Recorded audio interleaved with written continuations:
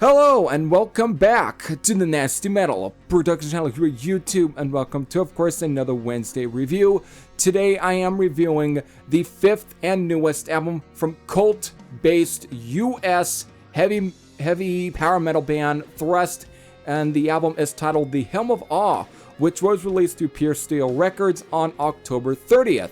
So, yes, this is their 5th record because it also counts the Reincarnation album, which, while being recorded in the late 1980s, didn't get to see the light of day when Metal Blade Records in 2015 were doing, of course, the deluxe box set reissue for, of course, their debut 1984 album, Fists Held High, which is what I'm holding in my hand right now.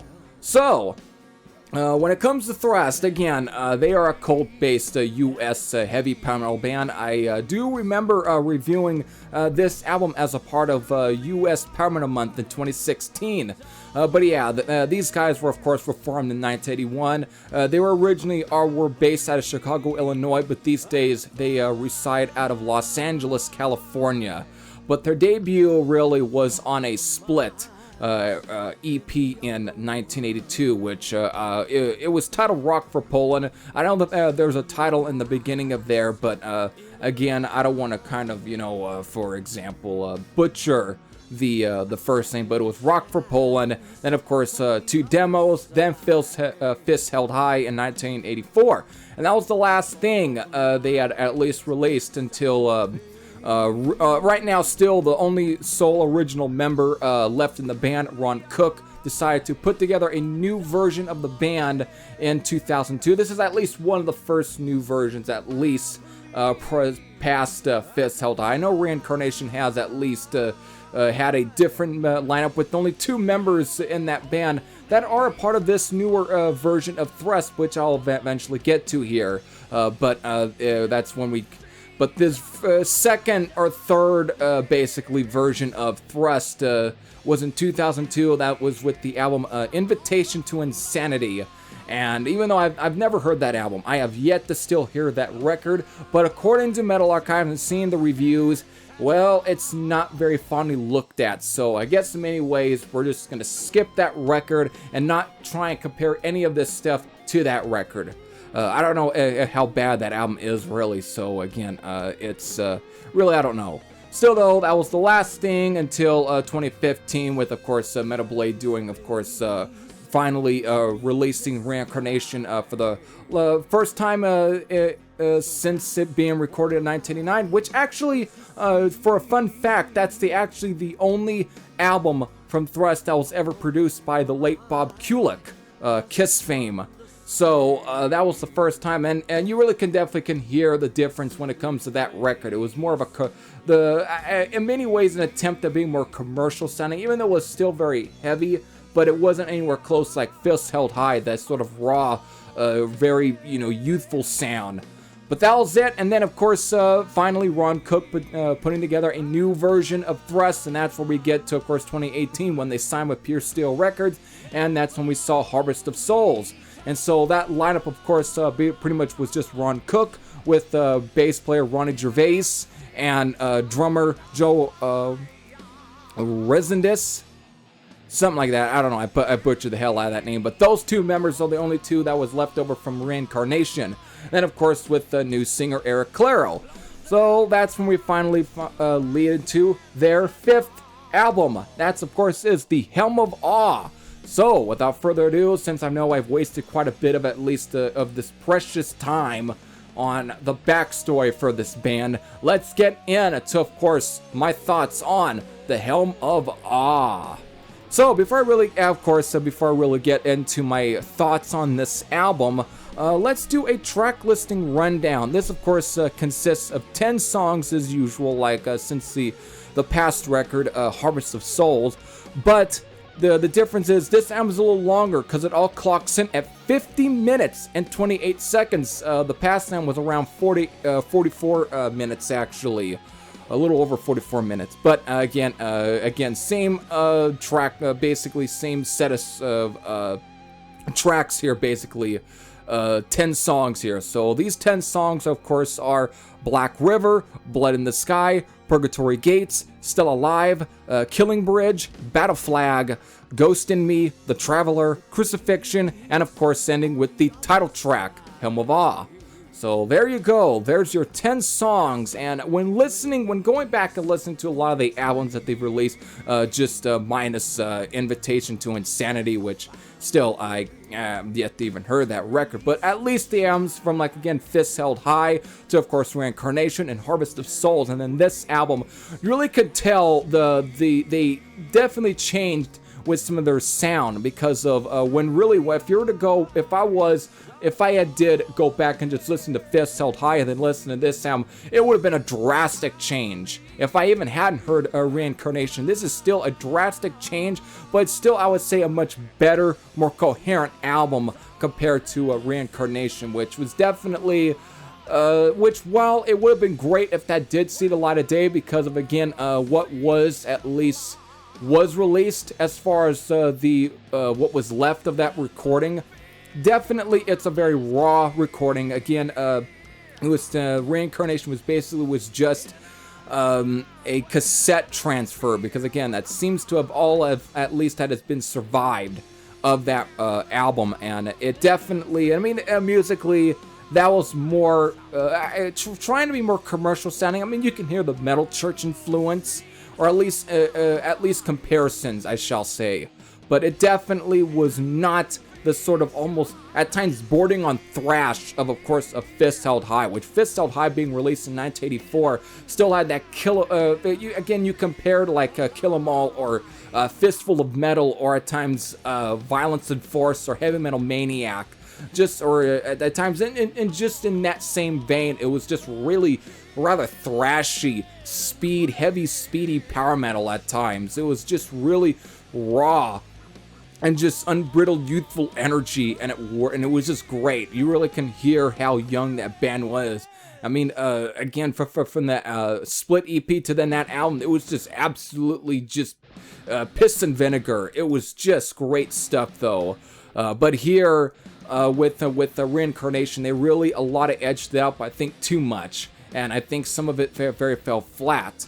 But I think when coming to this material with, of course, the Helm of Awe and Harvest of Souls, you really can tell that they really, that Ron Cook definitely wanted to really kind of, while it's still anywhere clear, anywhere at least comparison, nothing really is as close to, of course, Fists Held High. But this is definitely comparing to like a Reincarnation. This is basically what Reincarnation could have been. This was a lot more, it still has that heaviness, but it's definitely more heavy metal base, but again, in the vein of like Metal Church, and for other example, maybe Hex and Vicious Rumors, and that sort of category. It's a lot in there, and Eric Claro, I think, has a great voice. He definitely, I think he's a much better singer than the guy they had gotten for Reincarnation. So he just, everything right here, I think, is a lot more improved since Reincarnation. Everything is a lot more improved. Everything's a lot more honed down, and it just sounds perfect. I mean, there's still a lot of them. Even I get even some Black Sabbath influences off the sound, though very much comparable to, like, for example, Tyrant. In that kind of vein. It definitely at times has almost a doomy vibe, but it still has a lot of Metal Church, Vicious Rumors, or Hex style traditional metal. So there's a lot of great stuff, and again, it's crunchy sounding. I would say even like comparison to of course Harvest of Souls, it really is. It's expanding on that album, but I think even more further, because this is some really good stuff on here. But let's definitely get my thoughts on these songs in general. Instead of just talking about how the album sounds, let's get to some songs. So here we go. Of course, it begins with Black River, which again, it begins with a short spoken word intro. I should have wrote down the word intro, what it said, but it's just a very, very dark, a very echoey kind of dark spoken intro or word intro before busting into a crunchy traditional heavy metal song, again, a la Metal Church. So it's a good way to open up the album. Then, of course, we get Blood in the Sky. It's a rip-roaring speed metal number. Again, really kind of bringing up the pace of the album. It really kind of brings up the tempo a bit. Really, again, fasten it up a little bit. It's great. And, of course, then we get to Purgatory Gates, which, again, it's a more mid-tempo number, again, slowing a little bit things down. But, again, it's more in the vein of, like, again, Metal Church. But again, it also has some Black Sabbath vibes to this song right here. It's definitely a good song too. So still, even though the energy does get brought down a little bit, it doesn't hinder any of the album in general. It doesn't really break up a lot of the pacing of it. It still works. It still keeps it going. It still keeps it in steady ground. So it just moves smoothly. So it's a good song. Then again, we get to Still Alive, which is another fine, crunchy, heavy power metal number that reminds me of Vicious Rumors. So there's your Vicious Rumors comparisons right here, right now. So it's definitely a good song. And of course, Killing Bridge. This, of course, is a 7-minute and 17-second brooding type moody dark ballad that, again, is in the vein of, at times, Beyond the Realms of Death in some places. It's got that feel, but it definitely, again, it's a great track, and of course it reminds me of a combination of, like, Mike Howe era and Ronnie Monroe era of Metal Church. So it's just in there. It's got that Beyond the Realms of Death style feel to it. But again, you can also hear a lot of the Metal Church sounding in this one. Again, think again like the Mike Howe and Ronnie Monroe eras of Metal Church. So it's a good song. Definitely a good track nonetheless. Battle Flag. It's a cool, galloping, crunchy metal song with, again, which is just great metal riffs and so on. Again, it just has a galloping tempo to it. But it's just good. It's a good song. So nothing to complain about there. About it. It's a good song. Ghost in Me. This one right here definitely has that Dio era Black Sabbath feel, or at times maybe Tony Martin era, if you want to go that far as well. But again, it just has that feel. And again, think Tyrant, for example, as well. So it just has that. It's a cool song. So definitely another highlight for me of this album for sure. And of course, then we then move on to The Traveler, which starts with an acoustic Spanish guitar lick, very much like Black Sabbath, very much like that. Again, this would have, again, very much reminding me of, Too Late, I believe, off of Sabotage. Very much has that kind of feel. Again, this is something I think Tony Iommi definitely would be proud of.